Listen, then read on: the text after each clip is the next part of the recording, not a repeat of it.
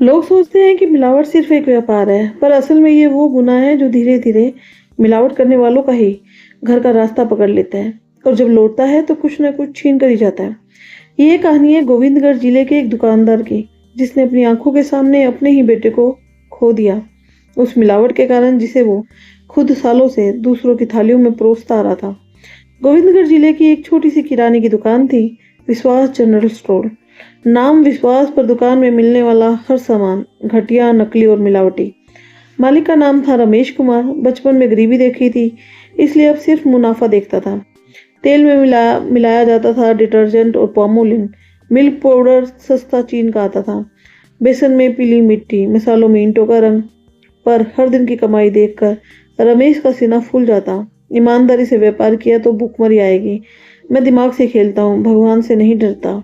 उसकी पत्नी माला बहुत कहती, बहुत समझाती, आप जो खा रहे हो वही सबको दीजिए, ऐसे मिलावट करना सही नहीं है। पर वो हंस देता, मैं सब कुछ बाहर बेचता हूँ, घर में शुद्ध ही आता है।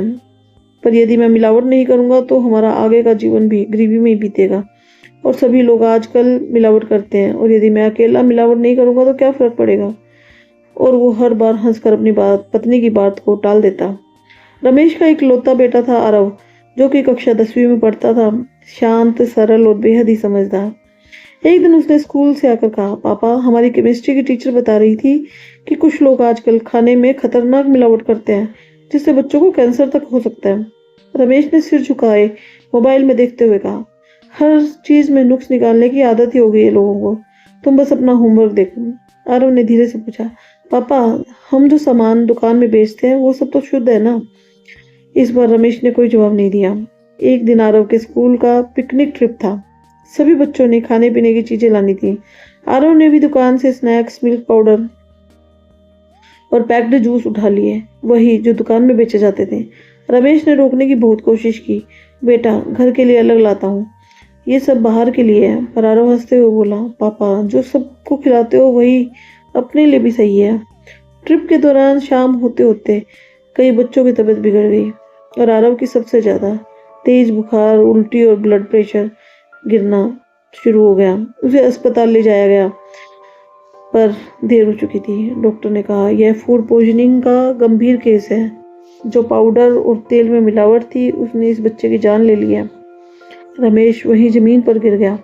उसका सबसे कीमती मुनाफा आज उसका ही बेटा छीन ले गया। चिता जल चुकी थी, लेकिन आत्मा में आग अभी भी बाकी थी। हर रात रमेश एक ही सपना देखता। आरव उसे देख रहा है और कह रहा है, पापा, आपने दूसरों की थाली में जो डाला वो एक दिन मेरी ही थाली में आ गया। उसके कानों में मंदिर के घंटे नहीं है, डॉक्टर की आवाज़ गूंजती। मिलावट के कारण शरीर जवाब दे गया है बच्चे का। 1 महीना बीत चुका था। लोगों को लगा रमेश अब सब कुछ छोड़ देगा, पर एक दिन अचानक दुकान खुली। सामान बदला हुआ था।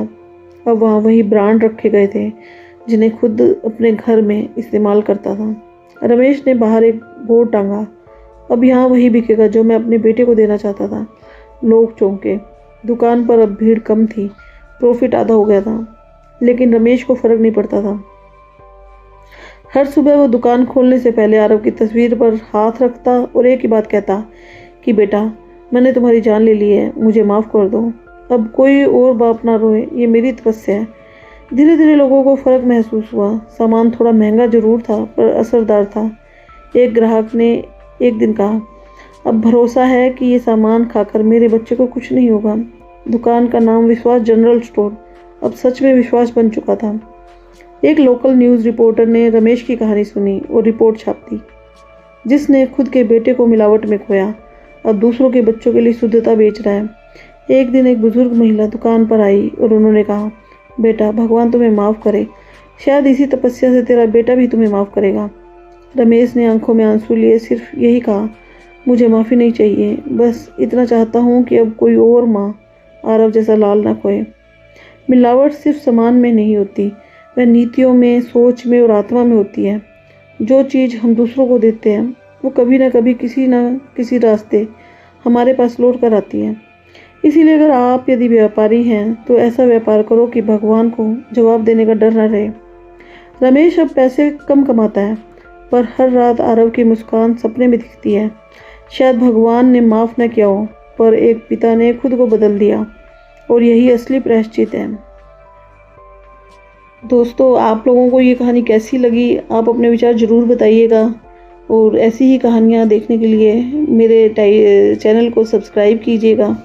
यदि वीडियो पसंद आए तो इसे लाइक कीजिएगा और अपने विचार ज़रूर बताइएगा कमेंट बॉक्स में। मिलते हैं जल्दी एक ऐसी ही नई कहानी के साथ। तब तक देखते रहिए मोटिवेशन एंड भक्ति की किरण।